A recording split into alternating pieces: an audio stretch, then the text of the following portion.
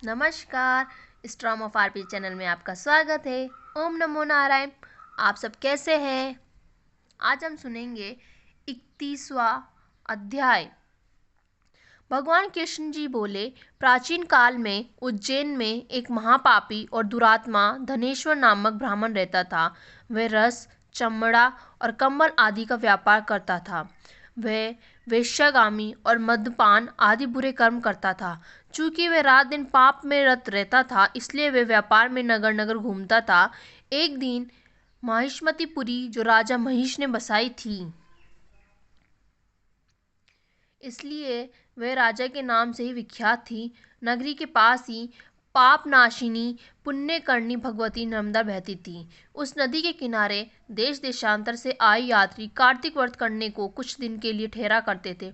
उन कार्तिक व्रत करने वाले प्राणियों को वहां ठहरा देखकर वह दुष्ट धनेश्वर भी इधर उधर घूमता हुआ एक मास के लिए वहां ठहर गया। अपने माल को बेचता हुआ वह नर्मदा नदी के तट पर घूमता हुआ ब्राह्मणों को देव पूजा रत देखता था। वह देखता है कि कोई तो ग्रंथ पढ़ रहा है और कोई सुन रहा है, कोई भगवत कीर्तन कर रहा है, कोई भजन सुन रहा है, कोई ध्यान में लीन है और कोई तुलसी की माला धारण किए हैं।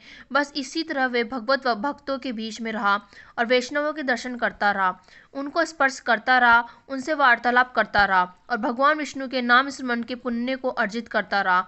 वह कार्तिक के व्रत की उद्यापन विधि तथा जागरण को भी देखता रहा। उसने पूर्णिमा के व्रत को भी देखा कि व्रती ब्राह्मणों तथा गौओं को भोजन करा रहे हैं, उनको दक्षिणा आदि भी दे रहे हैं।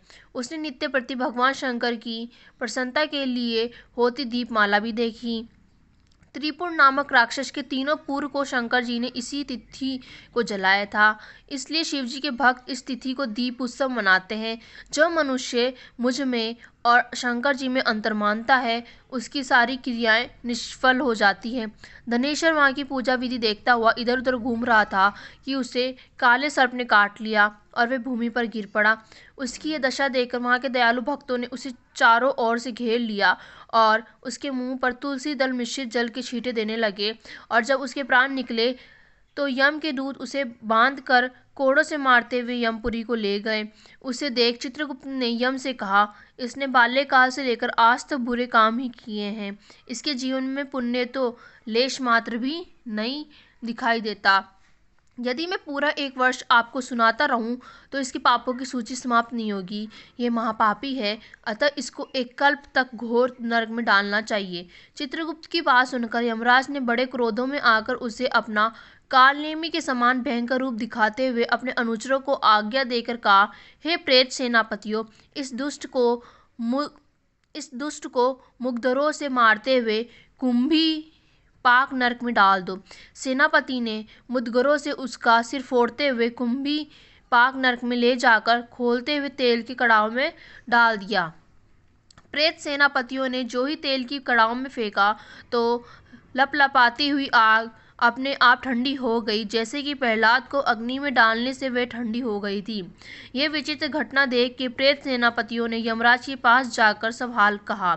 यमराज भी आश्चर्यचकित हो धनेश्वर को अपने पास बुलाकर स्थिति पर विचार करने लगे।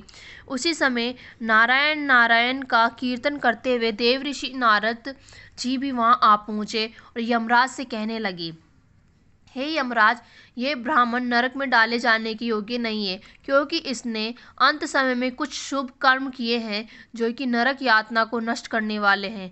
जो लोग भगवत भक्त का दर्शन करते हैं, उनसे वार्तालाप करते और उनका स्पर्श करते हैं, चाहे उन्होंने कोई पुण्य कर्म ना किए हों, सहज में ही स्वर्ग के अधिकारी हो जाते हैं। अतः धनेश्वर भी पुण्यात्माओं के संग व स्पर्श से स्वर्ग का अधिकारी हो गया है। अतः वह यह पुण्यात्मा है, इसे यक्ष योनि दो और केवल इसे पापयोग करने वाले नरक दिखा दो। भगवान कृष्ण ने कहा। जब नारद जी ऐसे कहकर चले गए तो धनेश्वर को पुण्यात्मा समझते हुए यमराज ने दूतों को उसे नरक दिखाने की आज्ञा दी। धन्यवाद। आगे के अध्याय देखने के लिए चैनल को सब्सक्राइब करें और नोटिफिकेशन बेल आइकन को प्रेस करना ना भूलें। अगर आपको वीडियो अच्छी लगी हो तो लाइक शेयर कमेंट जरूर करें। फिर मिलेंगे। Bye bye.